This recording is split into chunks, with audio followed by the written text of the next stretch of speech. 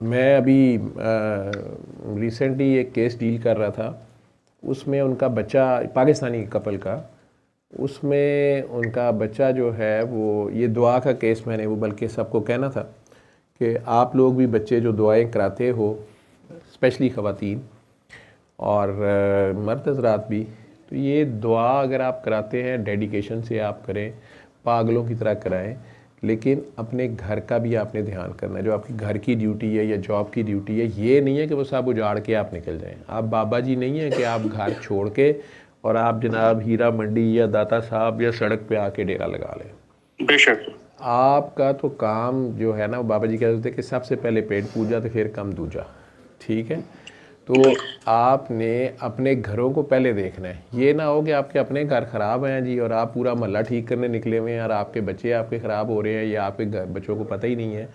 लेकिन इसी तरह कोई फैमिली थी और उनके बच्चा जो है उसकी एजुकेशन काफ़ी हद तक एकदम तबाह हो गई। तो वो मियाँ बीवी की आपस में लड़ाई चल रही थी कि जी वो खामद को यही एतराज़ था कि बेगम साहबा जो है ये दुआओं पे जब से लगी हैं, इन्होंने बच्चे की तरफ ध्यान नहीं किया और बच्चा जो है वो हाथ से निकल गया है और इसका जो है ना, माँ को पता ही नहीं है। और अब मुझे पता चला है, और अब ये जब इसने, माँ ने इसको फिज़िकली मारने की कोशिश की है और मैंने बचाने की कोशिश की है कि तुम इसको बुरी तरह मार रही हो या मारने लगी हो, तो फिर जी मुझे पता चला है और बच्चा आगे से साइको हो गया है। और वो अब उसको उठा के मेरे थ्रू ही, हम एक साइकेट्रिस्ट के पास जाके बैठे हुए थे। साइकेट्रिस्ट के सामने जब उन्होंने केस रखा, तीनों माँ बाप और बेटे ने, मैं भी था, तो वो साइकेट्रिस्ट साहब ने थोड़ी सी बात सुनने के बाद, जो कि बच्चा एग्रेसिव था, तो उन्होंने माँ को कहा कि नहीं, आप जो है ना, आपको थोड़ा टाइम देना चाहिए था, आपको ये करना चाहिए। तो मैं बड़ा हैरान हुआ कि it is uncharacteristic of that man, ये क्या कर रहे हैं। लेकिन उन्होंने थोड़ा सा माँ को ब्लेम किया, फिर कहा जी आप सब बाहर जाएं, मुझे बच्चे को डील करने दें। बच्चे से भी उन्होंने बात की और बात ख़त्म हुई। अब बाद में मैं, वो दोस्त था, मैंने उससे बात की, मैंने कहा यार तुम्हारी क्या असेसमेंट है। उसने कहा यार ये बड़ा हरामी है, ये चक्कर दे रहे हैं सारों को और ये इनके हाथ से निकल गया हुआ है और जो है ना, ये अब्बा अम्मा जो हैं ये खाम खा लड़ रहे हैं अब। मैं कहा यार तुम तो माँ को ब्लेम कर रहे थे और मैंने तुम्हें कभी ऐसे करते देखा नहीं। उसने कहा यार वो मैंने देख लिया था, कोई माँ के सख्त खिलाफ था, उसका कॉन्फिडेंस लेने के लिए मैंने माँ के खिलाफ बात की है, मैं वो बाद में सेटल कर लूँगा। मैं कहा यार उनकी तो बाहर लड़ाई लग गई है, वो बाप कह रहा देखा इसका ही सारा कसूर है यार, ये दुआएं कराती है और ये कराती है वो कराती है। तो बहरहाल वो उसने कहा यार वो, मैं उनसे, उन्हें कहना मेरे से बात करें, मैं खुद ही बात कर लूँगा, लेकिन मुझे बच्चे को डील करने दे, ये नहीं तो कोई और कारनामा कर देगा, ये इनके हाथ में नहीं, ये सिर्फ स्टडीज़ तक की बात नहीं है, ये कुछ और भी कर रहा है और ये सारा कुछ, और ये जो भी इसको पैनिक अटैक्स हो रहे हैं सारा ये छुपा रहा है इनसे, और भी कारनामे हैं, अभी तो सिर्फ एकेडमिक्स सामने आई है। तो ना मुझे ज़रा ऐसे कॉन्फिडेंस में भी लेने दो, थोड़ी सी अब दवाई भी देने दो, जिस तरह ये पैनिक हुआ हुआ है, ये कोई और गलत काम ना कर ले तो मैं वो तो खैर अपना साइकोलॉजिकली जो भी उनका तरीक़ाकार था। बाद में वो बात मेरे तक भी आई और शिकायत मेरे तक आई, जी अपनी काकी जी को समझाएं कि ये बच्चे उजड़ गए मेरे, ये हो गया वो हो गया। मैं बैठा साथ, तो मैंने उन्हें उस वक्त तक, जब मैं गया अगले दिन, तो मैंने उन्हें कहा जी आप, ये डॉक्टर साहब से बात हुई, कहती हाँ जी वो तो मेरी हुई है। मैं कहा ऐसे चले ठीक है।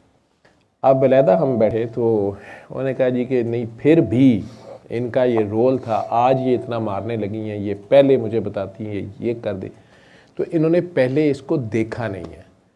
तो फिर मैंने उनको, ये आज सारे बापू को भी मैं मैसेज दे रहा हूँ, ये 99% माओ का वैसे ये रोल होता है और ये ऐसे ही होता है। मैंने इन्हें कहा कि आप थोड़ी सी गलती कर रहे हैं, थोड़ा सा इन्हें बोलने दें, मैं नहीं साइड ले रहा, मुझे तरीक़ाकार पता है कि माओ का तरीक़ाकार क्या होता है।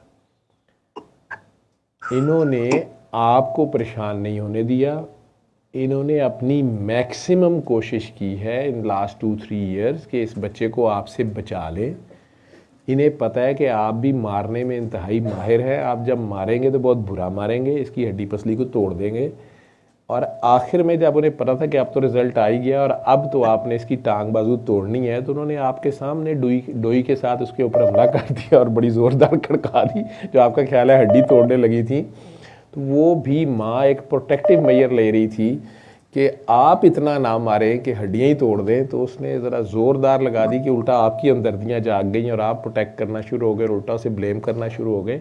असल में ये माँ जो है, ये पिछले मेरा ख्याल है कि ये 3-4 साल से इसके ऊपर पूरी जान इसने लगा दी है, ये इसको छुपाने की, इसको समझाने की, आपसे छुपाने की, इसको प्यार से किसी तरीके से बचाने, समझाने, मनाने, सीधे रास्ते लगाने की कोशिश की होगी। मैं मान नहीं सकता, लेकिन ये माओ का तरीका होता है और मेरा ख्याल है कि इसने ऐसे किया होगा।